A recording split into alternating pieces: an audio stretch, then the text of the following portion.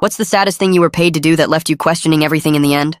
I was scrolling through Craigslist looking for odd jobs when I found the weirdest post I'd ever seen. Cry at my funeral for $200.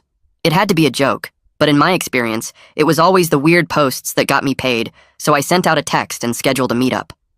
Well, it wasn't a joke. The lady, Elaine, slid a $100 bill across the table, rolled up the same way sketchy dealers do it, and smiled.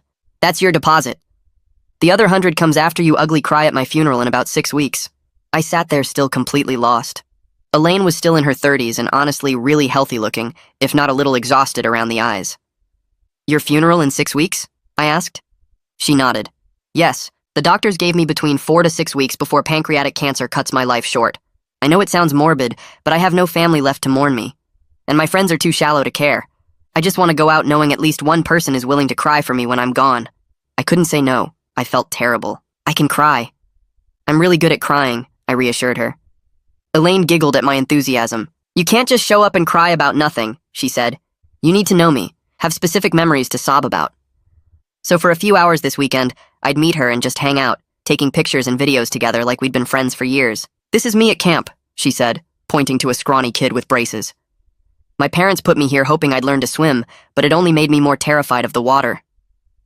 She handed me more stacks of old photo albums, introduced me to each person like I was an open diary, and it was weirdly peaceful getting to hear her life story. She pulled out a dusty binder at the next hangout and grinned. This is my literal bucket list.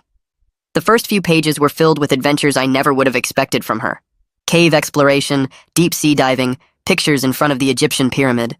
You're amazing, I told her. She gave a sad smile. Kinda sad that all those adventures end here. Anyway, let's not wallow in sadness. I have something you need to learn from me. She pulled out her phone and opened up Spotify. This is for the funeral playlist. My best friend in the whole world should at least know my favorite songs. She grinned at me.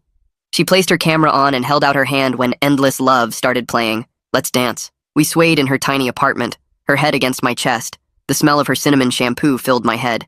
Can I tell you something? She asked softly. I act all happy like this, but I'm terrified. She buried her face in my shirt, tears staining it lightly. For what it's worth, I think you're brave. And I'm glad I can call you a friend, I whispered back, and I meant it. We spent the next few weekends trying to fill up a small photo album, going to restaurants, local concerts, and events together. Things that I never really cared about just felt so right when it was done with her. But she was getting weaker, losing weight, moving slower, wincing whenever she thought I wasn't looking. Our hangouts moved from her living room to her bedroom, just sitting there by her bed watching movies with her head on my shoulder, talking and taking pictures together for the funeral before she needed to rest again. It was heartbreaking watching someone so full of life slowly lose it all. One night, after a particularly bad day, she turned to me and said,